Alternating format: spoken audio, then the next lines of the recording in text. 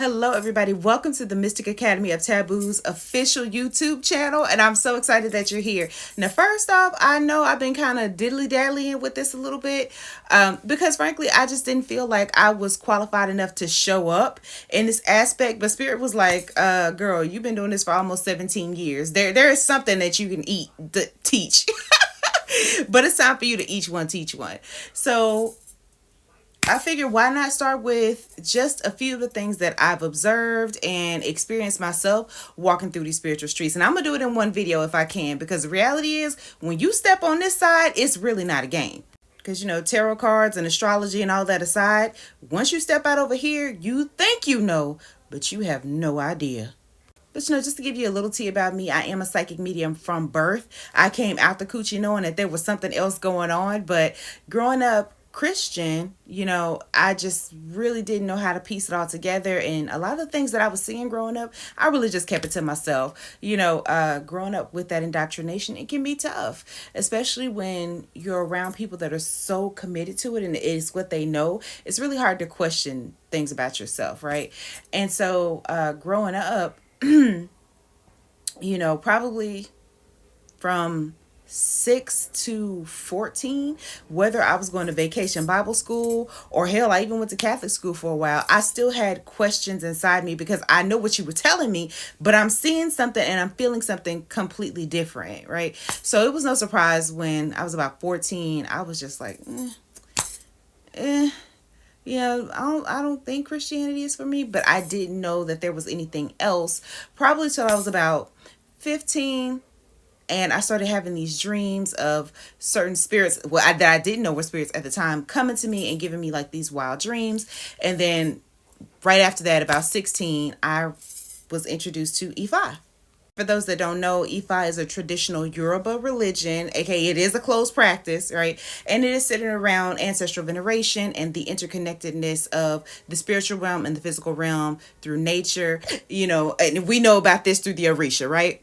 That was a mind-blowing experience in itself. And because I'm a forever student, that led me to expand my knowledge with other African religions, through the whole tips, so to speak. So I got to learn all about the Cometics, speaking to the Netters, Hathor, Isis, Osiris. I know you know some of these names, Jehudi, aka Thoth. And in between that, my nasty ass was studying Tantra and the Kama Sutra and all that good stuff, but that was just a little something I was doing for fun, And interestingly enough, I actually didn't start practicing magic until I was in my 20s, at almost 25 years old at that. Even knowing about hoodoo, I didn't actually start practicing hoodoo itself until maybe like 5 years ago. But by that time, I was already like, wow. And even then, it would still be like another 8 or 9 years before I was actually sure of myself as I got into my practice. And I'm still learning a lot of things. So the best is yet to come as far as that goes for me. But one thing I have noticed specifically about being in these spiritual streets this entire time is that as invigorating as it could be, right, learning all of these things, getting into the knowledge and letting your mind expand and really getting into a path that feels right to you, it can be very taxing. It can be very harrowing for one reason only: the human ego. And I want you to be aware of this now, because when you step out here in these spiritual streets, if you have not tapped in with your inner authority, if you have not checked your own self-esteem and your own insecurities, you're going to run into trouble whether you're looking for it or not. It's like speaking from experience, like your best friend and all this, awareness. And the one thing that I've become aware of, which leads me to the space that I am now, is that the human ego is a motherfucker. It is the human ego that will spark so much drama and bullshit. It creates jealousy. It creates envy. It creates, people's motivation to play divide and conquer between their own allies. And this is a really big problem, and it's actually getting worse. And that's across all the practices, all the religions. Like, I really don't give a fuck how you feel about it.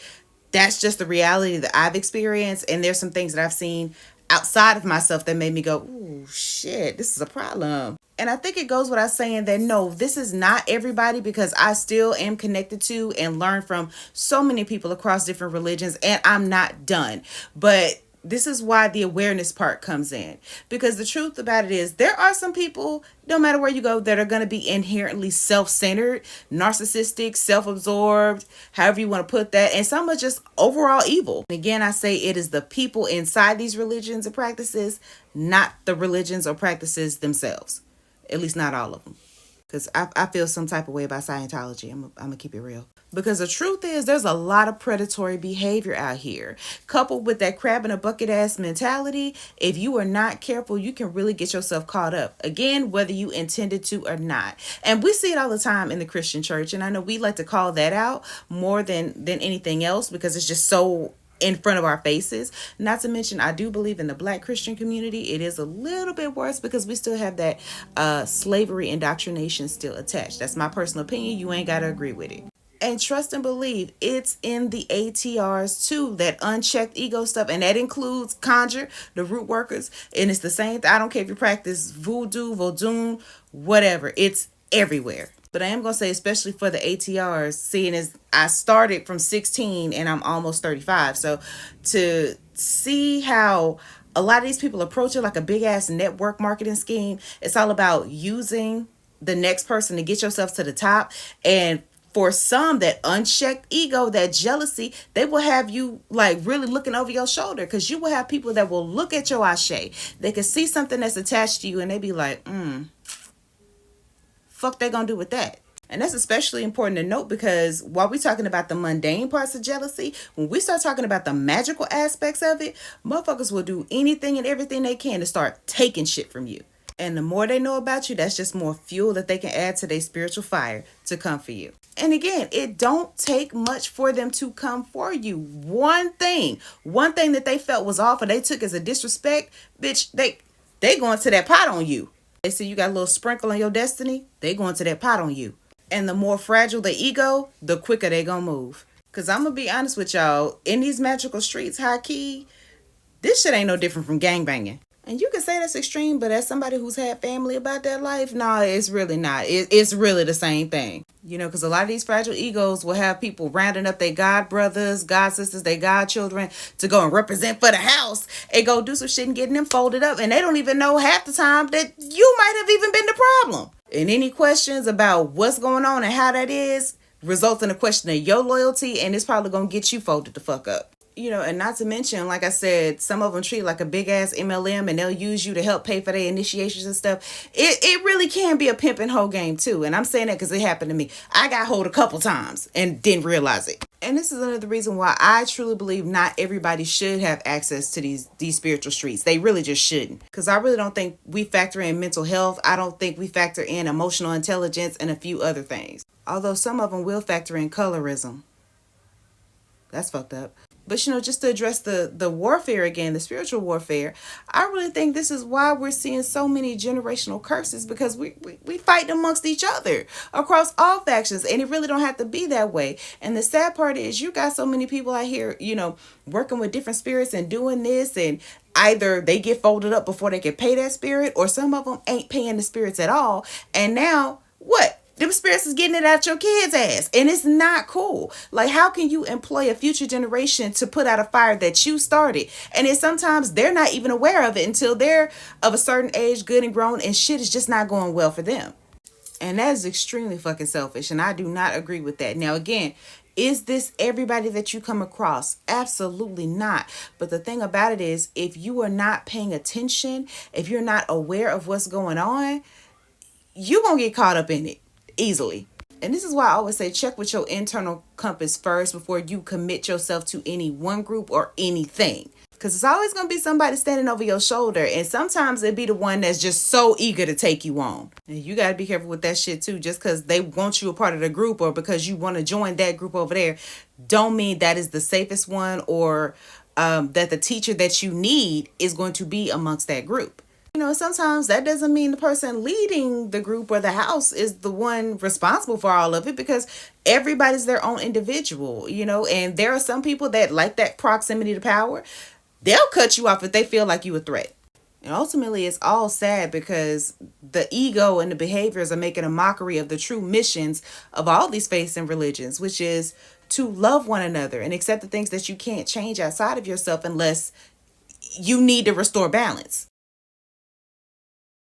And just to make it clear, in no way am I trying to discourage you if you feel as though that path is calling to you, because it's to each his own. But this is just to make you aware that there are some dangers out here and you have got to be careful. I mean, first and foremost, have your boundaries up. That's the best advice that I could give to you. It doesn't matter what is going on. If it don't sit right with you, you have every right to say, I'm not getting involved. Fuck all that you talking about, okay? And keep your protections up. A lot of them, especially the ones that want to get close to you, they might tell you a little bit of stuff about you to keep you hanging on. They're not going to tell you everything that they see about you. They're not. Like, that's what an enemy does. They're just going to use you until they can't use you anymore. And then stay out of that extra shit. All that rah rah and that petty stuff going on, that ain't got nothing to do with you. And don't let them drag you into it, right? At the end of the day, you can still say, that's not what I'm here for. I ain't here for that. And so if it's not sitting well with you, you can go. You can move on. This shit ain't blood in, blood out. Like, you can go. Reality is, all the beefs and shit that you see on TikTok now and going across all of these, platforms, that shit is happening for real. Like, that ain't no messy talk special. That shit is happening for real. So the best thing for you to do is to stay out of it. If you are in these practices, it doesn't matter what religion, faith, background, it doesn't matter.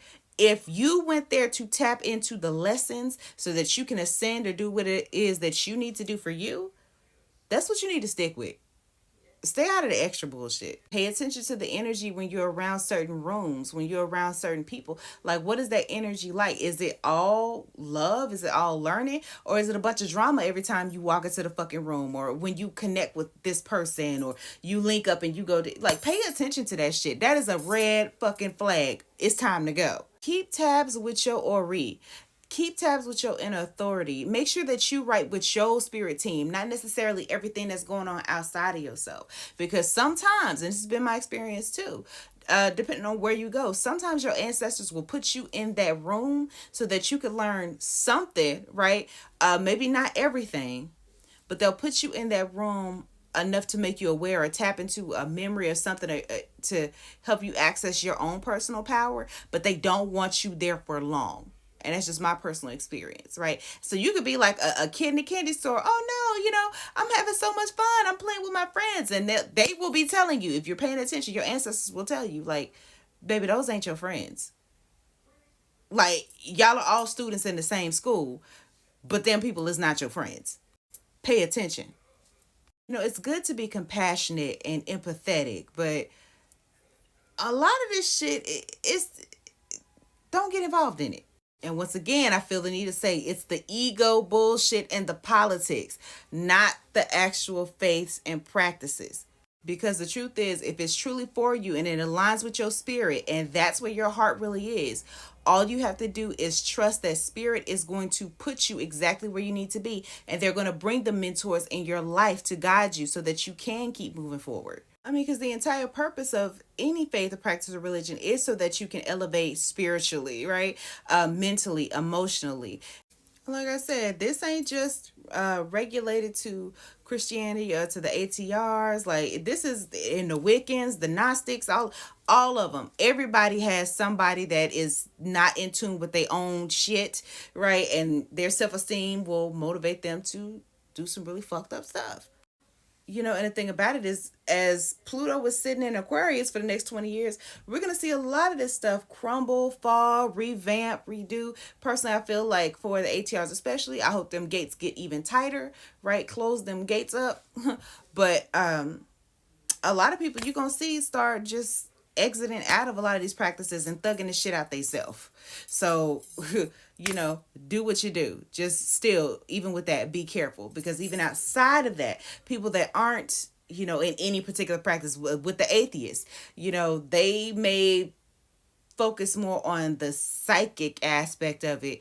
You will have those people trying to use you. So you can't be too careful. Like, just stay spiritually strapped, Okay, keep your protections up, and whatever it is that you practice right now, really make sure that you diving deep into that, committed to that, making sure that you stay protected, and always stay in touch with this up here, your Ori, in your inner authority. Check in with your own spirit. Don't always look for information outside of yourself, because we're all human. We're all susceptible to falling prey to our own insecurities and our own jealousies. That's why I said the human ego is a motherfucker. So you can't just ride on everything everybody says. Hell, I don't even want y'all riding on everything I say. Ain't nothing I say law. But if there's something here that touches and agrees with your spirit, I hope that, I did my job. But really, that's all I wanted to say, y'all. Coming into the world of spirituality, it's not all that it's cracked up to be. And I don't want you to jump into it through a romanticized lens, because the truth is, if you experience trauma in one section, if you haven't healed from that, you're going to experience it again in another sector of religion or faith or practice. So you really want to tap in with you first. I almost said you self. That's really all I have for you guys today. I really didn't want this to be a lecture, so to speak, but consider this your orientation. And going forward, I cannot wait to dive deep into all of the things that I got for y'all, including magic. There's a reason why we're the Mystic Academy of Taboo. I'm really going to start teaching you guys things that nobody else really talks about. I guess I'm in my anti-era. So so we're gonna do a lot of anti stuff, right? That nobody thinks of. Now, is it all gonna be on YouTube? Absolutely not, but it will be on the website in the video content. So make sure that y'all join up and get that membership. But signing out for now, y'all, it is Head Mistress Hush. Welcome to the Mystic Academy of Taboo.